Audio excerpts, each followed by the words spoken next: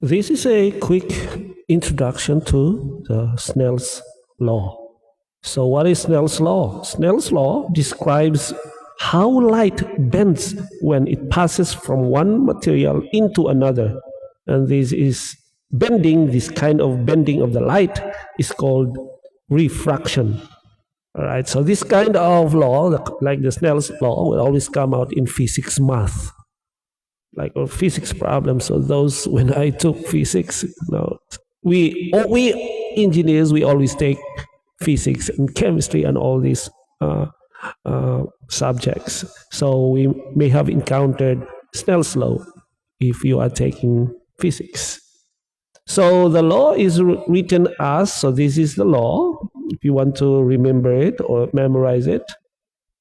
So that's N, that's the index times the sine of the angle is equal to another N2 times the sine of the angle. So this is how actually it's illustrated. So we have a light, it passes through one material first. So this is the first material, it passes through the first material with a certain angle, right? And then it goes and bends to the next material here. So there's another bending there of the light with an angle of theta 2. So that's the light passing to two materials. So from one material into another material in different angles.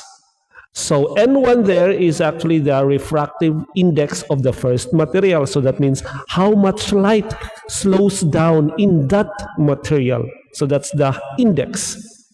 So how much light slows down in that material. So N2, the second one, is the refractive index of the second material. So that means the one below it.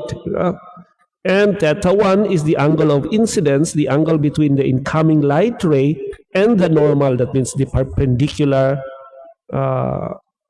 line there that you see. So that's the angle here, this one. It's referring to this angle here. So that's from the light to the normal. That's theta 1. All right.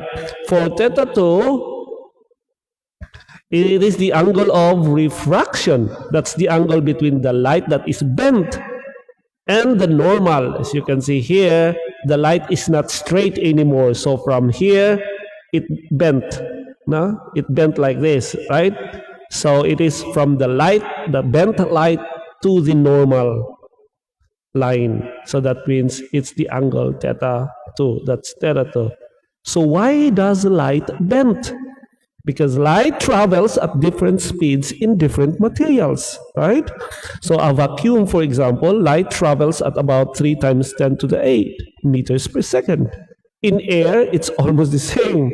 So in water, light slows down about, so light also slows down, about 2.25 times 10 to the 8 meters per second. In glass, light slows down even more. All right, so yes, light does bend. All right. So when light moves from one material to another, its speed will also change. So when it hits the surface at an angle, that's one side of the wavefront slows down before the other. It would cause the light to change direction. All right, like a car hitting a mud at an angle, right? So it changes direction. So as light travels from one material to the next material. All right, that would be just a short intro of Snell's law. All right, which you may encounter in physics math. All right, leave comments below if you have some questions, and hope to see you again in my next video. See ya.